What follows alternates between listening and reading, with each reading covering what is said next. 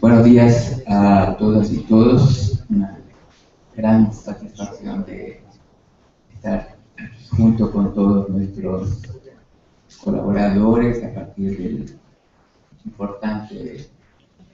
la importante invitación que UNESCO y ABINA nos ha hecho hace casi 2 años para que podamos contribuir con la constitución de este centro, lo que siempre es un enorme desafío desde el punto de vista organizacional, desde el punto de vista del diálogo, de los diferentes conocimientos y principalmente de cumplir con una meta, ¿no? con un objetivo que es poder avanzar en el sentido de formar un grupo que disponga de los recursos y conocimientos para multiplicar a los actores involucrados con el tema del cambio climático.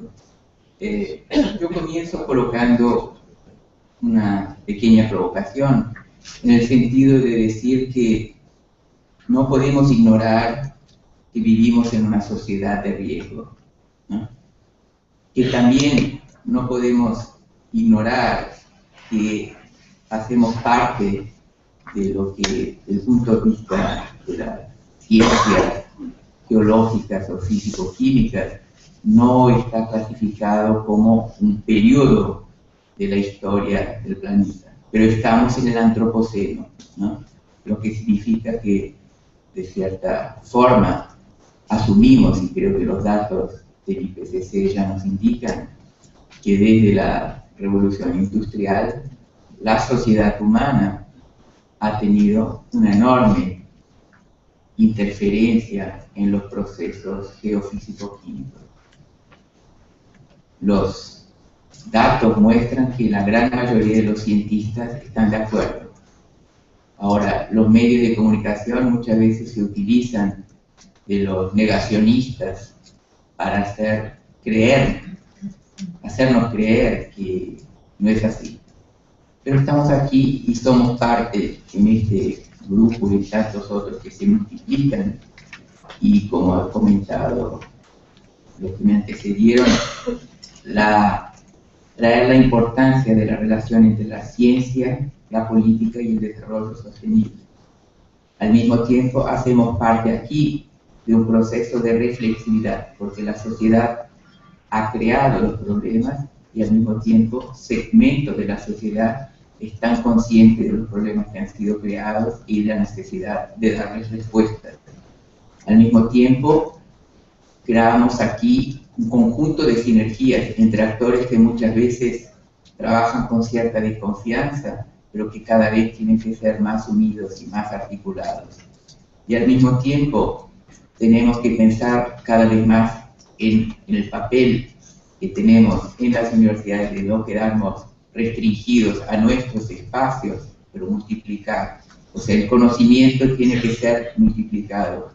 Precisamos decodificar el conocimiento científico que muchas veces puede quedar para muchos como si fuese algo apenas catastrofista, ¿no?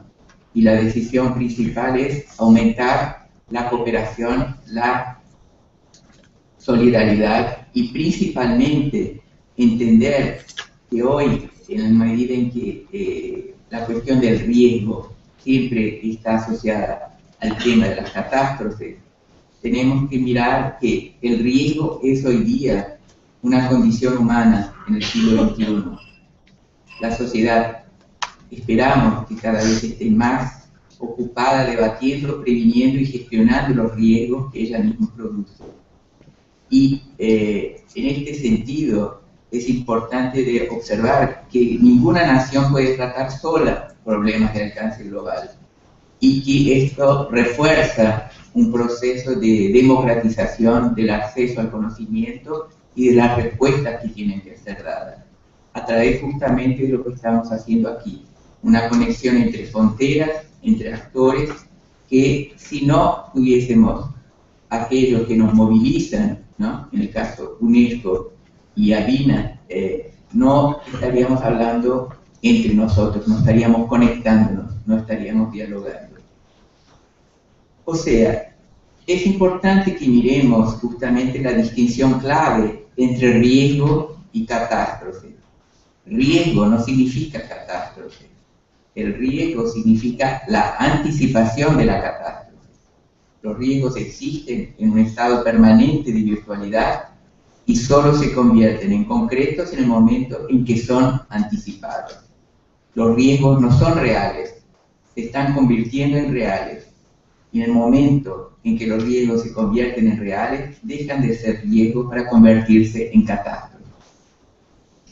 Si las catástrofes, cuyo potencial de destrucción es tal que amenaza finalmente a todo el mundo, son anticipadas, entonces el cálculo de riesgo basado en la experiencia, en la racionalidad, puede ir mejorando gradualmente, ¿no?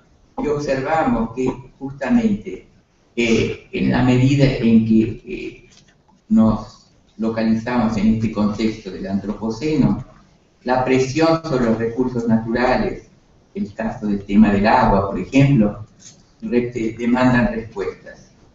Y también nos demandan que promovamos cada vez escenarios futuros que puedan ser traídos a la sociedad no desde una perspectiva catastrofista, más desde la perspectiva que movilicen, que provoquen cambios culturales, cambios sociales, que no son simples, ¿no? Porque vivimos en una sociedad que se ha vaciado en un consumo y en un consumo insaciable, en el sentido de trabajar cada vez más con factores que indiquen de la necesidad de cambios que no tenemos claros cuáles, obviamente, pero al mismo tiempo de cambios que demandan cada vez más modificar capacidades, ¿no? Modificar capacidades en el sentido que Amartya Sen nos coloca, ¿no? En el sentido de traer para los ciudadanos, ¿no?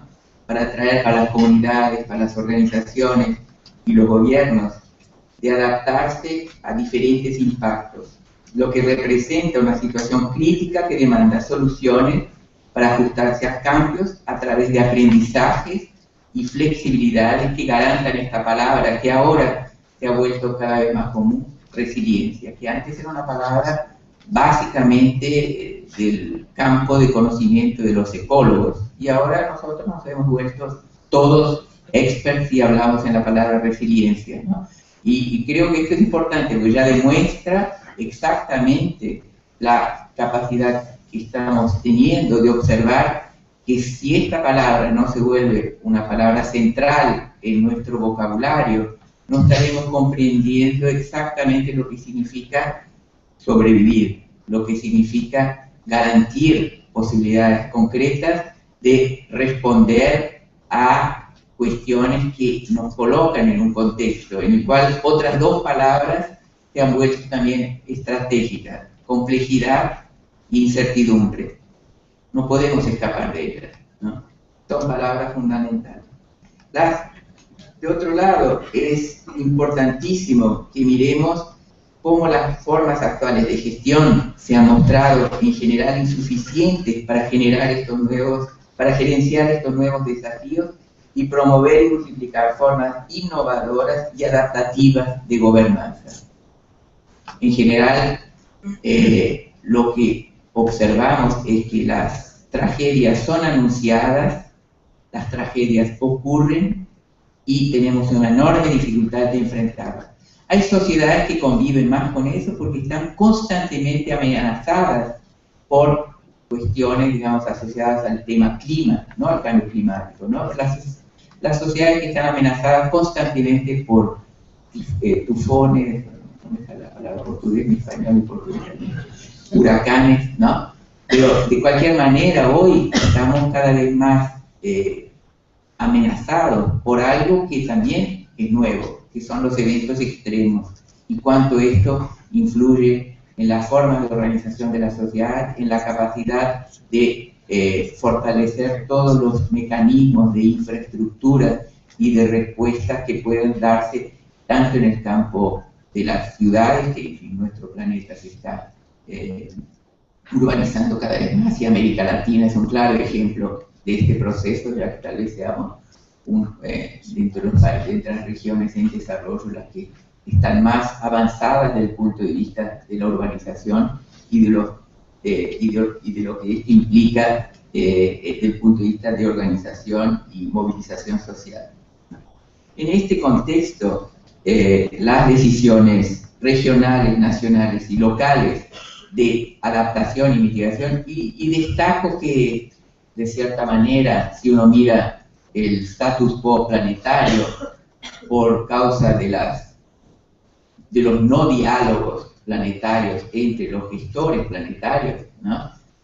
Estamos hablando que nos toca a nosotros pensar las adaptaciones, por las mitigaciones las dejamos para, en fin, las decisiones que puedan venir a ser tomadas desde el punto de vista de los cambios en las energías, en el consumo, en fin, de todo aquello que de dramático se nos coloca cuando hablamos de las emisiones, porque al fin y al cabo de todo esto es lo que se trata, ¿no?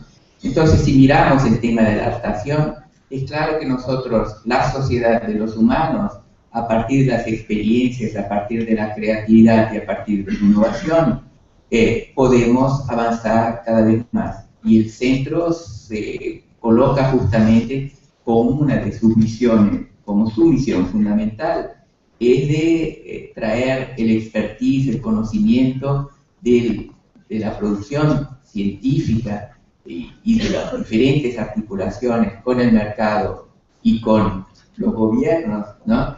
De mirar en la calidad de vida, ¿no? Porque adaptación está directamente asociada con el tema de nuestra calidad de vida y principalmente la calidad de vida de aquellas grandes masas de la sociedad que han disponido siempre muy poco de calidad de vida y que pueden estar en este momento cada vez más amenazadas porque la distribución de los riesgos es desigual y eso es importante destacarlo.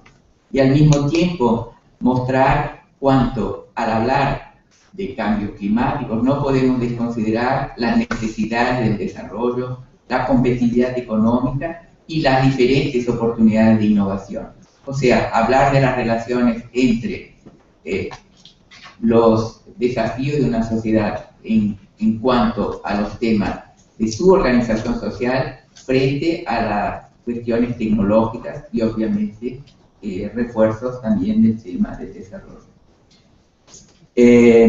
Las instituciones académicas y centros de investigación se han ido fortaleciendo en el desarrollo de la información, integrando la complejidad del cambio climático y generando nuevas ofertas de formación. Ahora, el gran desafío justamente del centro es de romper con las barreras, de romper con las paredes, ¿no? De romper con los muros académicos, los cambios académicos, e incluir cada vez más a los diferentes actores que participan en procesos decisorios en diferentes niveles, en diferentes espacios, ¿no? Y en esto también se coloca una cuestión fundamental que tanto al nivel del diálogo con lideranzas políticas como con lideranzas empresariales, muchas veces al hablar del tema del cambio climático resulta un lenguaje abstracto, ¿no? Y por eso que es tan importante traer la decodificación. Traer la decodificación que justamente nos coloca una actitud, nos coloca la necesidad de tratar de una actitud reactiva para colocar para una actitud proactiva, una actitud de colaboración, una actitud de multiplicación, ¿no? Entonces, en este contexto, la consolidación del Centro Regional de Formación en Cambio Climático y Toma de Decisiones como un bien público regional, liderado por lo que todo ya se ha mencionado, nos trae unos objetivos muy importantes, que es formar líderes de los sectores gobierno, empresarial, academia y sociedad civil para incorporar justamente estos conceptos de complejidad, riesgos y oportunidades del cambio climático, desarrollar nuevas metodologías de formación aprovechando de todos los instrumentos de las nuevas medias digitales que obviamente nos permiten ampliar mucho el campo de acción. Conocer los trabajos que se han realizado, las experiencias innovadoras y creativas que ocurren en diferentes espacios dentro del continente, ¿no? Y contribuir cada vez más para tener una gobernanza equitativa, sostenible y principalmente solidaria frente a este tema que tanto obviamente nos preocupa y que nos demanda que enfrentemos cada vez más la posibilidad de ser proactivos frente a las incertidumbres y frente a aquello que tenemos que entender necesario ser dar las respuestas. O sea, las respuestas asociadas al tema de sostenibilidad, las respuestas en el sentido de reducir los riesgos, las respuestas en el sentido de articular los avances tecnológicos en el sentido stricto sensu, con la incorporación cada vez mayor de las tecnologías sociales, con la incorporación cada vez mayor de la participación ciudadana y con la percepción de la importancia que tiene la corresponsabilización para romper con las lógicas de tutela que siempre han sido priorizadas por los gobiernos. Muchísimas gracias.